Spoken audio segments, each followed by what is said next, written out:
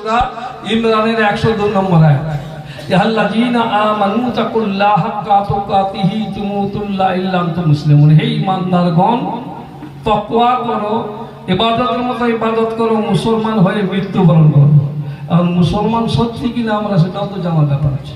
কি দাড়ি টুপিটা মুসলমান, নামটা মুসলমান, গোশ খেলে মুসলমান, তাহলে আল্লাহ কি ভুল বললো নাকি?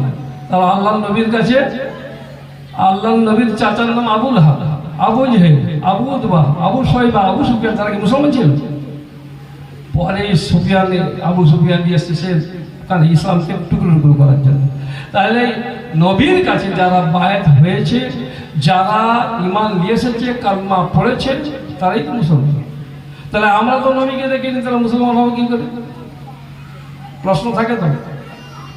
আমরা যদি মুসলমান ঘরে জন্ম নিয়ে বলি যে আমরা মুসলমান, নামটা আমাদের মুসলমান, নামটা মুসলমান, আমরা দাড়ি রাখলে টুপি রাখলে মুসলমান, তাহলে মুসলমান হতে গেলে যেতে হবে।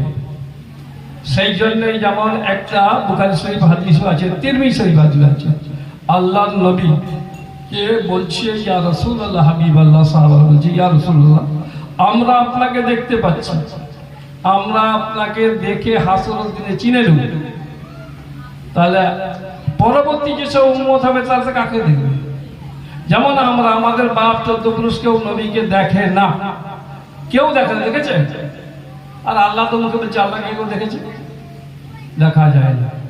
সেই জন্যই তাহলে আল্লাহ নবী এই কথা বললেন, কালা নবী সাল্লাল্লাহু আলাইহি ওয়াসাল্লাম, আশাফুকা আমি আন-নবী ফি উম্মতি, আমি যেমন বর্তমান নবী রূপে আছি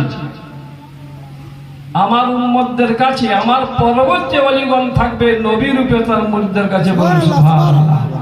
যদি নবী দেখতে হয় তো দেখে নাও, চোখ তো দিয়েছে।